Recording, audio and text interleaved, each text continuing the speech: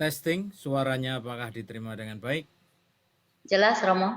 Terima kasih. Selamat malam, salam damai sejahtera dalam Tuhan kita Yesus Kristus.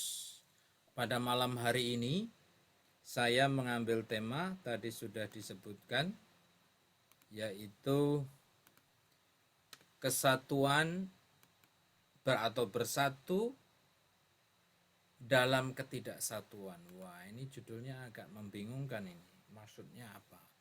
Yang jelas tadi sudah disebutkan bahwa kita bersama-sama hari ini kita merayakan peringatan Santo Barnabas Rasul.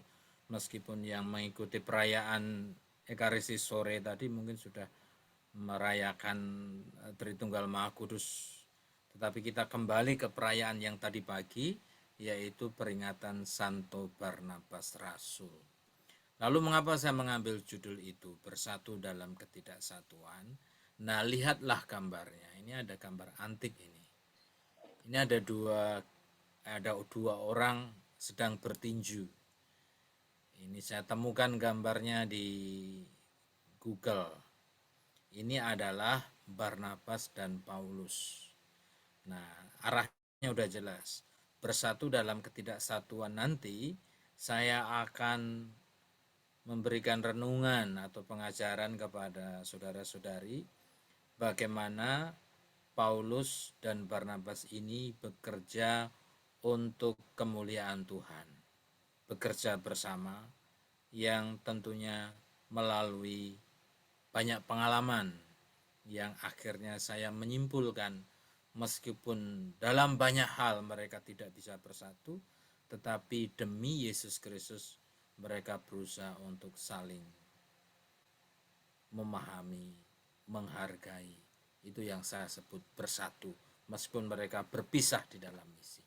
Baiklah, ini ada plusnya. Nanti sedikit kita membahas isu tentang Injil Barnabas yang mungkin saudara-saudari pernah atau sering mendengar di media komunikasi, apalagi di Indonesia, karena Injil Barnabas ini sering menjadi pertanyaan favorit saudara-saudari kita Muslim kepada kita. Ini yang akan saya bicarakan, ada 6 poin. Pertama sedikit siapa itu Barnabas, kemudian mengapa dia disebut rasul, padahal dia bukan bagian dari ke-12 rasul. Lalu apa kaitannya dengan Santo Paulus, lalu bagaimana nanti pelayanan atau misi Santo Barnabas, akhir hidupnya bagaimana, kemudian nanti sedikit kita menyinggung tentang isu Injil Barnabas. Baik, yang pertama siapa Romo, itu? Ya, suaranya bisa lebih keras, Romo? suaranya lebih keras. Padahal udah keras ini, berarti ada masalah dengan testing. Oke, saya akan agak teriak karena ini tidak tahu kenapa ini. Siapa itu Barnabas? Mari kita lihat bersama. Riwayat hidup Barnabas dapat kita temukan di dalam Kisah Para Rasul bab 4, 9, 11, 13 dan 15. Jadi kalau ingin melihat lebih jauh siapa Barnabas, bacalah Kisah Para Rasul. Dan Barnabas adalah salah satu anggota jemaat mula-mula di Yerusalem. Jadi Barnabas itu bukan murid langsung Yesus. Dia mulai eksis, mulai ada, mulai mengimani Yesus melalui pewartaan para rasul. Jadi ini di awal-awal gereja perdana ketika para rasul masih berkumpul di Yerusalem. Nama aslinya adalah Yusuf. Ia kemudian dipanggil Barnabas oleh para rasul. Mengapa nanti akan dijelaskan. Kemudian ia menjadi penginjil, menjadi misionaris, menjadi pewarta di Antioquia dan Siprus, dan menjadi teman seperjalanan Paulus yang nanti akan diceritakan. Baiklah, kemudian setelah ia menjual hartanya dan menyerahkan uang hasil penjualan kepada para rasul di Yerusalem, ia diberi nama Barnabas. Nama ini dalam bahasa Aram artinya putra nabi, tetapi dalam teks yang lain diartikan sebagai putra penghiburan atau putra pendorong. Tapi dari aneka macam perbedaan ini tidak menjadi masalah besar, karena sebetulnya bisa ditarik dalam satu makna sebetulnya. Karena di dalam kenabian ada juga upaya untuk selalu menjadi orang yang menghibur, yang mendorong. Menghibur di sini bukan seperti pelawak-pelawak zaman ini ya, karena Roh Kudus sendiri kita sebut sebagai roh penghibur, yang menghibur, yang mendorong, yang senantiasa mendukung kita. Oke. Nah, ini tentang Barnabas. Sekali lagi, Barnabas adalah pengikut Yesus hasil dari pewartaan para rasul. Jadi Yesus sudah meninggal dunia dan sudah naik ke surga. Nah, maka sebetulnya dia itu mirip dengan Paulus, walaupun Paulus melalui suatu proses pertobatan yang luar biasa, tetapi Barnabas tidak melalui pengalaman seperti itu. Tapi justru Barnabaslah nantinya yang mengintroduksi atau yang memperkenalkan, yang meyakinkan para rasul bahwa Paulus ini sudah bertobat. Karena waktu itu para rasul masih ragu, para rasul masih takut, karena kita tahu Paulus sebelumnya menyiksa, mengejar-ngejar orang pengikut Kristus. Nah, Barnabaslah yang memperkenalkan dan meyakinkan mereka. Oke, itulah Barnabas. Nah, mengapa ia disebut rasul? Ini dia. Meskipun bukan salah seorang dari ke-12 rasul, Barnabas disebut sebagai rasul oleh Santo Lukas. Jadi sebetulnya yang menjuluki dia sebagai rasul atau yang memperhitungkan dia sebagai rasul adalah Santo Lukas, yang juga menulis kitab kisah para rasul. Jadi bukan kok langsung dianggap rasul saat itu juga ketika dia menjual harta lalu mengikuti para rasul gitu ya. Jadi ini lebih ke penggelaran oleh Santo Lukas. Hal ini dikarenakan sama seperti Paulus juga disebut rasul. Padahal keduanya berasal dari komunitas yang sudah gereja sudah berdiri gitu ya. Barnabas menerima suatu tugas perutusan khusus dari Tuhan bersama Paulus. Segera sesudah menjadi seorang Kristen, Barnabas menjual segala harta miliknya dan memberikan uangnya kepada para rasul. Jadi dia ingin mengikuti Yesus secara lebih radikal dalam arti positif, diserahkan semuanya kepada para rasul yang baru mendirikan gereja yang memang pastinya membutuhkan juga harta benda saat itu. Nah, lalu dia dan Paulus mendapatkan tugas perutusan khusus. Apa yang khusus? Yang khusus adalah yang membuat kita sekarang berada di tempat ini. Maksudnya adalah kalau dulu para rasul lebih fokus menggembalakan, meyakinkan umat Israel, sementara Paulus dan Barnabas pergi mewartakan Injil keluar dari bangsa Israel kepada Gentiles. Nah, kita inilah hasil dari pewartaan mereka. Artinya melalui jasa Paulus dan Barnabas, Tuhan Yesus menjadi universal, menjadi diwartakan kepada seluruh bangsa. Oke. Lalu ia seorang yang lembut serta baik hati.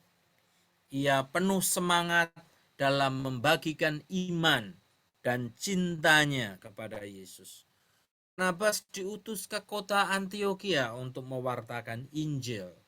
Antiokhia adalah kota terbesar ketiga dalam kerajaan Romawi. Jadi strategi Barnabas dan Paulus saat itu adalah mencoba pergi ke kota-kota yang sangat berpengaruh secara budaya dan politik.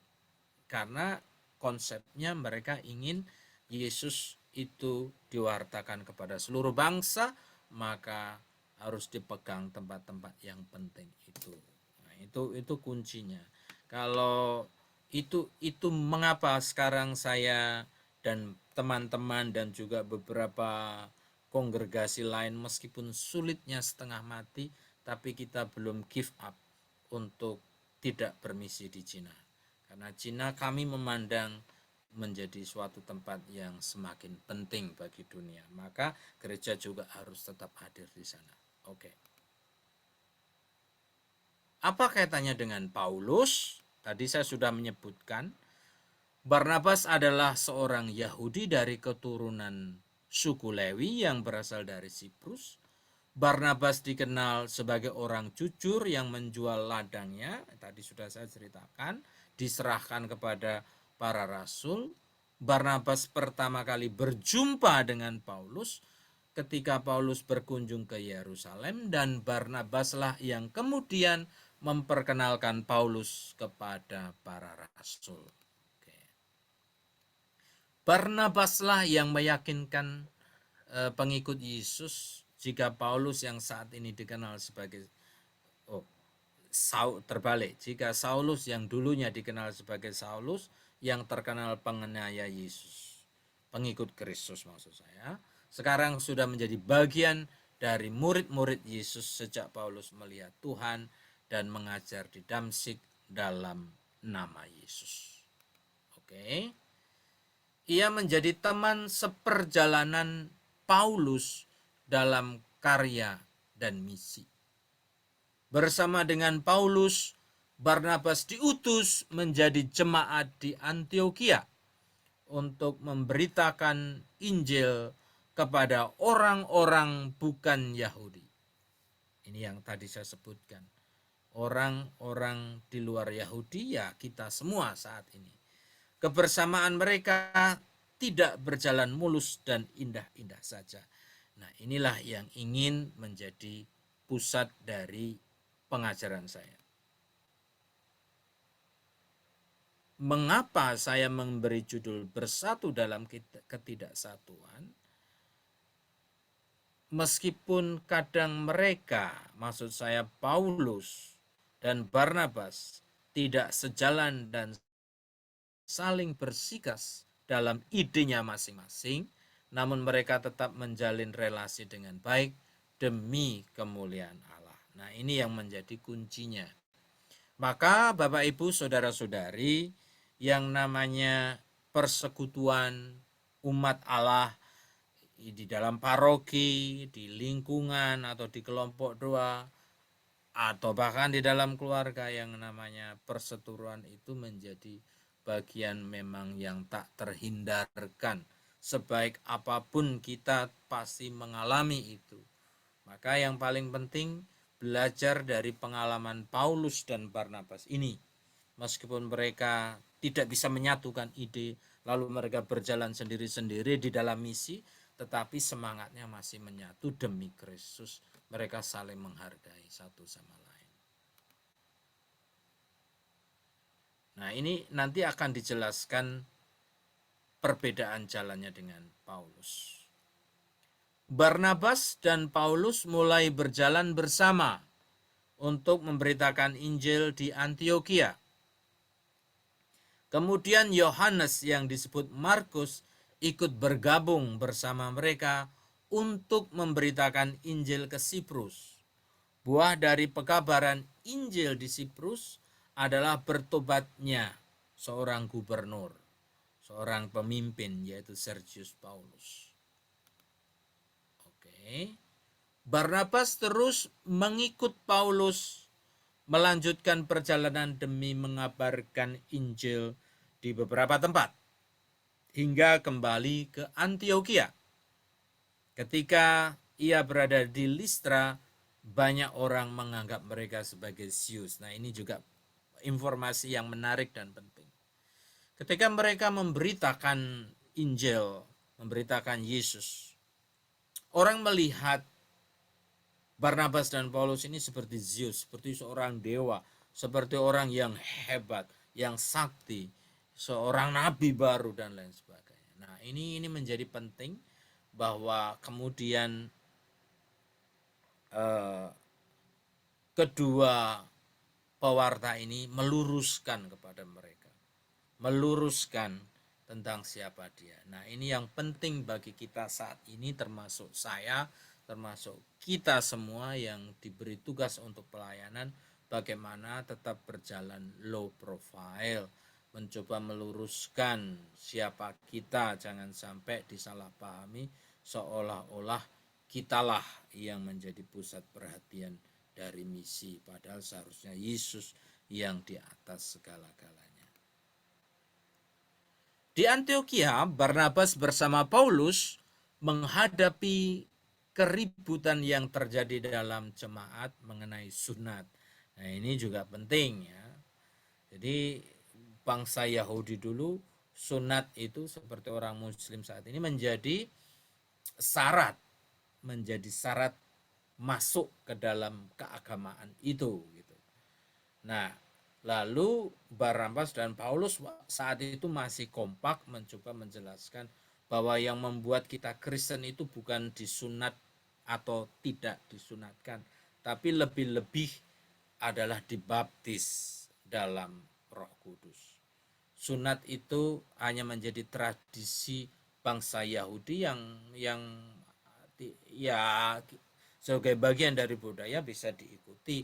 Maka bagi kita saat ini pun, kalau di Indonesia ada yang sunatkan lebih kepada budaya atau demi kesehatan saja, bukan lagi faktor agama. Oke. Barnabas terlibat dalam perselisihan dengan Paulus ketika mereka hendak melakukan perjalanan yang kedua kalinya. Barnabas bersikeras ingin membawa Yohanes yang disebut Markus, tetapi Paulus menolak dengan alasan Markus sudah tidak setia. Nah, ini namanya para orang-orang kudus lah, katakanlah demikian. Itu juga bisa berselisih, apalagi kita gitu kan. Tapi intinya adalah meskipun mereka tidak sejalan, lihatlah, akhirnya mereka memang berpisah, mereka pergi bermisi sendiri-sendiri, namun Barnabas tetap berhubungan baik dengan Paulus. Ini yang menarik. Oke. Mereka tidak bisa dipersatukan lagi, mereka berjalan sendiri-sendiri dengan temannya sendiri-sendiri, tapi mereka masih tetap berhubungan baik. Nah, ini menjadi challenge bagi kita, menantang kita.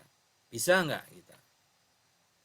Orang-orang yang tidak mungkin lagi dipersatukan tetapi tetap saling menghargai. Oke. Roh Kudus memilih Paulus dan Barnabas untuk suatu tugas khusus. Kedua rasul ini kemudian pergi melaksanakan suatu tugas perutusan dengan berani. Mereka menanggung banyak penderitaan dan bahkan harus mempertaruhkan nyawa mereka. Jadi ingat ya, tadi disebutkan bahwa ketika mereka memberikan pelayanan, mereka disebut Zeus, disebut orang hebat yang mungkin terus dilayani. Tapi jangan lupa bahwa mereka juga mengalami lebih banyak penderitaan dan bahkan penolakan daripada yang tadi dianggap sebagai orang hebat lalu diangkat-angkat atau di welcome. Pak, ini lebih banyak karena ini gereja baru istilahnya ya, pewartaan tentang Yesus yang bangkit itu masih kayak seed gitu, belum bertumbuh, masih baru ditaburkan gitu. Maka luar biasa mereka memperoleh perlakuan sampai harus mempertaruhkan nyawa. Meskipun demikian, pewartaan mereka berhasil memenangkan banyak jiwa bagi Yesus dan gerejanya. Nah, ini kita semua sekarang menikmatinya karena jasa, pengorbanan, dan keberanian mereka. Mengapa mereka menanggung banyak penderitaan? Selain mempertobatkan banyak orang, mereka pun mengalami banyak penderitaan demi Injil Kristus. Karena umat baru dari bangsa-bangsa bukan Yahudi dirisaukan oleh anggota-anggota umat yang dipimpin Yakobus, maka umat Antiokhia mengutus Barnabas dan Paulus ke konsili Yerusalem. Konsili ini menetapkan syarat penerimaan orang kafir ke dalam pengakuan gereja tanpa harus menjalani aturan hukum Taurat. Nah, ini yang paling penting. Penting dalam arti yang sangat menentukan ya. Untuk pertama kalinya Barnabas dan Paulus itu pergi ke Yerusalem. Yerusalem itu menjadi pusat kekristenan saat itu. Lalu ya belum ya istilahnya belum paus ya, tetapi mereka itu para pendiri gereja ya, para rasul ini ya. Mereka berkumpul. Nah, lalu disitulah Paulus dan Barnabas yang tadi sebetulnya sudah berpisah, ternyata mereka bisa bersatu, datang untuk mempertaruhkan kita ini. Karena waktu itu para rasul itu masih bingung, ini orang-orang di luar Yahudi ini mau diapain gitu loh. Nah, disitulah perjuangan mereka agar mereka disatukan menjadi satu kesatuan dengan gereja itu. Luar biasa perjuangan mereka. Nah, setelah perkara selesai, Paulus mengusulkan untuk mengunjungi umat di semua kota di mana mereka telah menaburkan benih sabda Tuhan. Barnabas setuju dan ingin mengajak Markus, tetapi Paulus menolaknya lagi. Nah, ini dia up and down persoalan mereka. Akhirnya Barnabas membawa Markus ke Siprus. Anyway, mereka dua orang yang hebat dengan prinsipnya masing-masing, tapi sekali lagi mereka berusaha untuk memenangkan Kristus, untuk memenangkan jiwa-jiwa agar diselamatkan oleh Tuhan Yesus. Akhirnya mereka harus mengalahkan diri, mengalahkan egonya untuk tidak bisa menyatukan diri. Nah, teman-teman, akhirnya ia menjadi martir semuanya, baik Paulus maupun Barnabas. Barnabas pergi kelak ke suatu tugas perutusan lain, kali ini bersama Yohanes Markus, sepupunya. Mereka pergi ke Siprus, daerah asal Barnabas. Begitu banyak orang menjadi percaya melalui pewartanya hingga Barnabas dijuluki rasul dari Siprus. Menurut tradisi, orang kudus yang hebat ini dirajam sampai mati pada tahun 61. Bukan kematian yang sia-sia. Kematian menjadi martir justru menguatkan iman seluruh pengikutnya. Barnabas menemui ajalnya setelah dirajam oleh orang-orang Yahudi. Karena karya dan jasanya, Barnabas dimasukkan dalam bilangan para pendiri gereja dan dianggap sebagai seorang rasul. Mungkin Barnabaslah yang menulis surat kepada umat Ibrani yang terdapat dalam kitab suci Perjanjian Baru, pestanya setiap tanggal 11 Juni, hari ini. Nah, itu ya. Nah, menjadi martir. Nah, kemudian ada isu yang cukup seksi ini di Indonesia. Sering dipertanyakan mengapa gereja Katolik menolak Injil Barnabas. Mengapa ini sering ditanyakan di konteks orang Indonesia, khususnya teman-teman Muslim? Karena ternyata Injilnya ini mengaitkan dengan beberapa teologi pemikiran Al-Quran atau Muslim. Jadi itu kayak mengaitkan gitu loh, kayak menghubungkan akhirnya nanti kan gitu. Nah, mengapa gereja Katolik menolak? Nah, itu di YouTube ada banyak pembahasan soal itu sudah. Nah, mungkin sudah banyak yang tahu, tetapi sekarang saya mencoba melihat sebentar saja, lalu saya akan memberikan pandangan saya secara pribadi. Yang pertama, Injil Barnabas itu apa sih? Jadi Injil Barnabas itu ditemukan, ada sebuah buku diberi judul Injil Barnabas, itu sekitar abad 16 dan di dalamnya terkandung banyak hal yang sesuai dengan paham Islam. Nah, ini yang saya katakan tadi.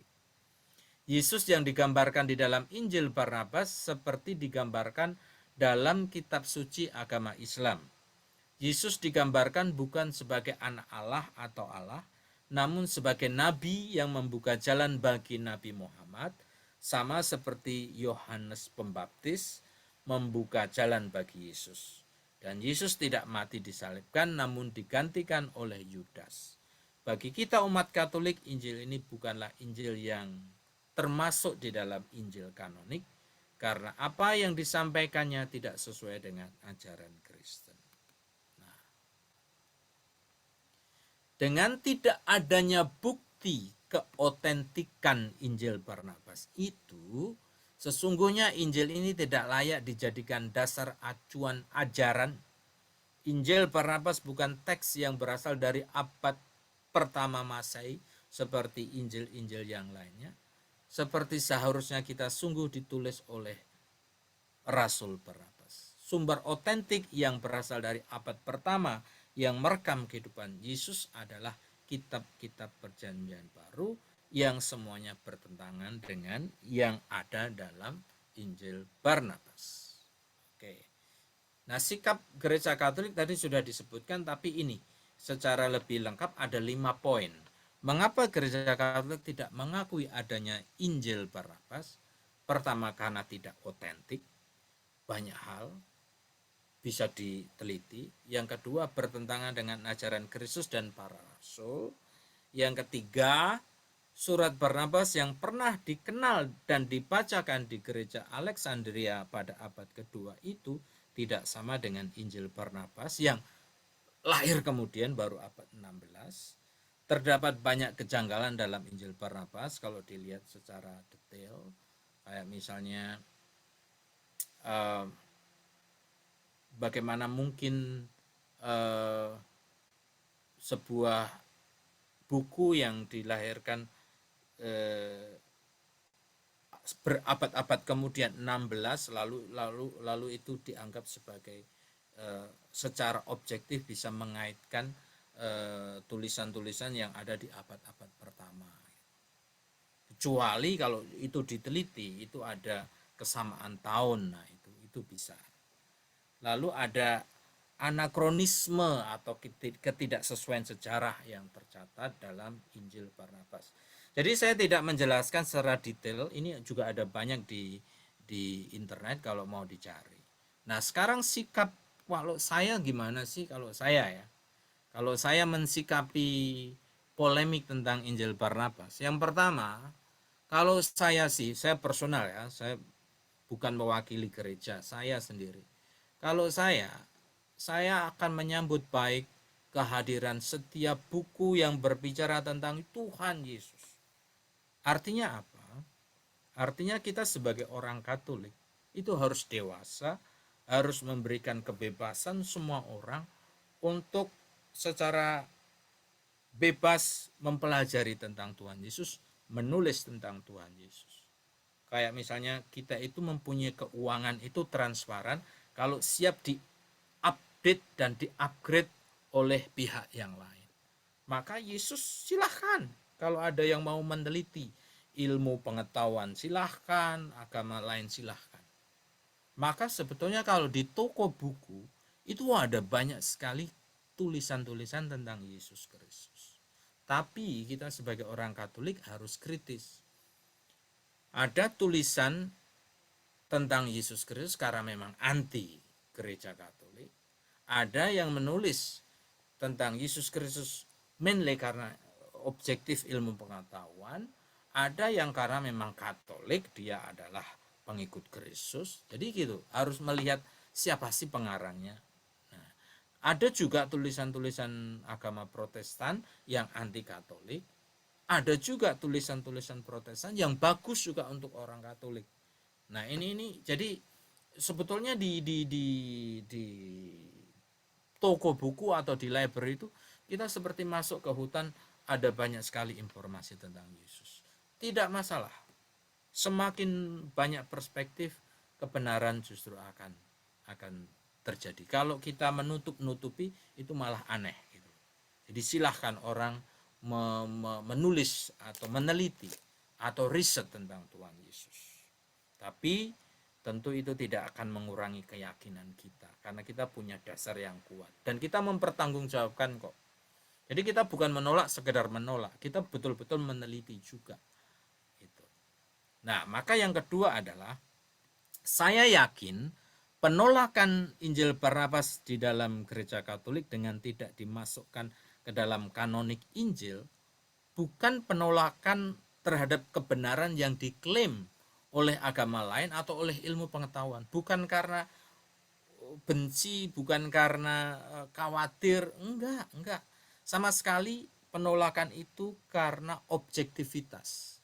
Karena diteliti Injil ini tidak ada kesesuaian dan banyak kejanggalan. Itu saja. Enggak ada faktor yang lain. Enggak ada faktor menutup-nutupi yang ada, enggak ada. Nah, yang ketiga, kalau saya melihatnya begini, kita itu berada pada periode di mana kita itu tidak lagi lebih penting menentukan, mendirikan atau menanam, tapi lebih menjaga, merawat yang sudah ada.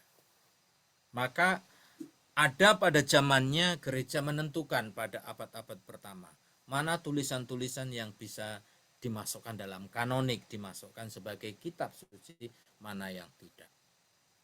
Nah, sekarang bukan saatnya lagi. Saatnya kita adalah mempelajari, mempertahankan apa yang sudah ada. Maka kalau ada tulisan-tulisan bagus, misalnya Injil Barnabas ini benar-benar bagus, tidak bertentangan, nggak apa-apa, tapi nggak perlu dipaksakan jadi Injil itu. Jadi buku rohani gitu loh. Jadi ada banyak tulisan-tulisan tentang Yesus, nggak harus dijadikan Injil, tapi dijadikan buku rohani kalau memang itu sesuai dengan ajaran gereja. Nah, maka itu mirip dengan tuntutan mohon maaf, misalnya tuntutan dunia kepada gereja supaya pernikahan sesama jenis itu disahkan dalam gereja. Bagi saya menghormati pasangan sesama jenis, tapi nggak perlu dipaksakan harus diberi judul menikah dalam gereja. Sama ini, ada Injil Barnabas. Oh, kalau ini memang bisa untuk mempelajari tentang Tuhan Yesus, ya udah welcome, tapi tidak harus dipaksakan jadi Injil yang lain.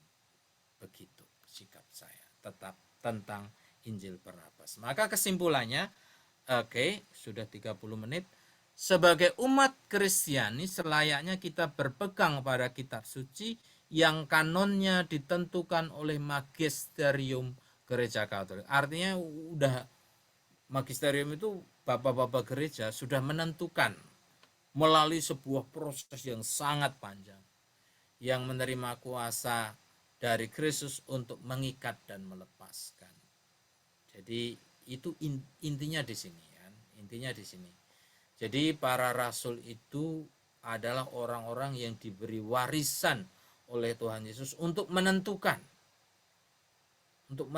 mana yang mengikat, mana yang perlu dilepaskan. Nah, mereka kan sudah tidak ada lagi. Nah, kan? Dan dilanjutkan oleh para paus. Jadi maksud saya adalah saat para rasul inilah saat menanam tadi, saat mendirikan. Nah, sekarang kitalah saatnya untuk merawatnya. Dalam hal ini untuk menentukan kitab-kitab mana yang otentik dan isinya mengikat bagi umat beriman dan mana yang tidak. Oke. Sejak abad pertama Rasul Paulus mengingatkan jemaat agar tidak mengikuti Injil-Injil yang lain daripada yang telah mereka terima dari para rasul. Injil yang lain adalah Injil Gnostik dan Doketisme yang berkembang menjadi Injil Barnabas di abad 16. Ini. Ternyata Rasul Paulus itu sudah meramalkan itu, bahwa nanti abad 16 itu akan muncul Injil-Injil atau tulisan-tulisan dari aliran-aliran yang tidak masuk dalam gereja Katolik. Jadi memang sudah menjadi tren. Nah, tadi saya mau menyebutkan satu hal yang lupa. Mengapa disebut Injil Barnabas? Kayaknya penulisnya, apalagi ini buku ini dalam bahasa Italia. Kalau memang ini buku Injil kesaksian Tuhan Yesus, mengapa sudah dibahasakan dalam bahasa modern? Kalau Latin masih make sense. Ini bahasa Italia. Nah, kan jadi lucu. Tapi kembali ke nama Injil Barnabas. Mengapa disebut Injil Barnabas? Sepertinya, tapi maaf, ini saya subjektif. Sepertinya penulis ini ingin memanfaatkan kepopuleran Paulus. Paulus dan Barnabas itu kan teman seperjalanan. Nah, Paulus itu kan menulis dan dimasukkan dalam kitab suci. Dan tadi juga Barnabas juga dikatakan menulis, dan kemungkinan surat Ibrani itu ditulis oleh dia. Nah, maka kayaknya ini Barnabas ini juga punya nilai jual nih kalau mau diangkat, karena dia kayak sejajar dengan Paulus. Nah, Paulus ada banyak tulisannya dijadikan kitab suci, mengapa ini tidak? Kayaknya memanfaatkan itu, tapi ini sekali lagi ini hanya pandangan saya yang subjektif. Oke.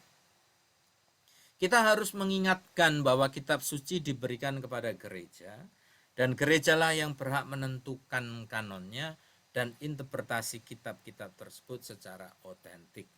Ini semakin menunjukkan betapa kitab suci tidak dapat dilepaskan dari tradisi suci para rasul yang diteruskan oleh magisterium gereja Katolik. Ketiganya adalah pilar gereja yang menjamin bahwa sabda Tuhan diterima dan dilestarikan dengan murni dari awal mula sampai sekarang.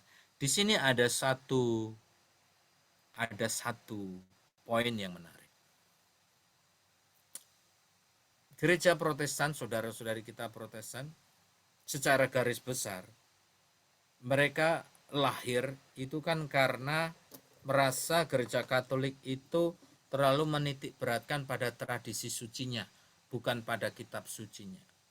Maka gereja Protestan lahir untuk meyakini bahwa sumber iman satu-satunya adalah sabda Tuhan, bukan tradisi.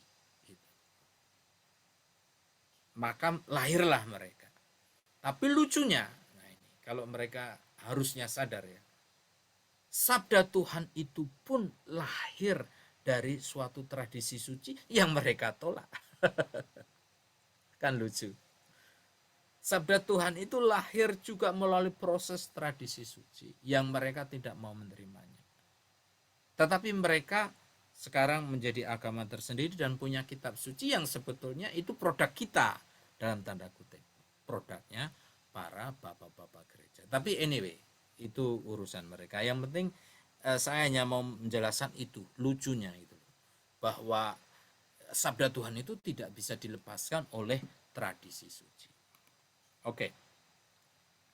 Maka untuk kita renungkan bersama, apa yang bisa dipetik dari pengalaman Santo Barnabas untuk perjalanan iman kita? Karakter dia, perjuangan dia, pengorbanan dia, permasalahan dia dengan Paulus. Ini yang nomor 2. Bagaimana kita memaknai perselisihan yang terjadi antara Barnabas dan Paulus? Di satu sisi ini menyegarkan dan meneguhkan kita, yang pasti kita juga kadang-kadang untuk mengabdi bersama di dalam gereja juga tidak mudah. Ada perselisihan. Tapi apakah itu kemudian menjadi alasan bagi kita untuk berhenti mengabdi kepada Tuhan? Karena seringkali saya dengar ungkapan seperti ini. Saya nggak akan ke gereja kalau pastor itu belum pindah. Atau selama ketua atau pengurusnya itu saya off dulu misalnya kan gitu. Nah, di sini menjadi tantangan kita. Nah, yang ketiga akhirnya bagaimana kita mensikapi munculnya Injil Barnabas. Tadi saya memberi contoh sikap saya. Saya sih nggak masalah, welcome semua buku kita tampung. Kita baca juga, tapi kita saring, kita kritisi, tidak hanya ditelan begitu saja. Sumber-sumber yang saya tulis dari sini, jadi saya bukan menulis sendiri. Dan akhirnya terima kasih, Tuhan memberkati kita. Saya kembalikan ke Bu Yunce.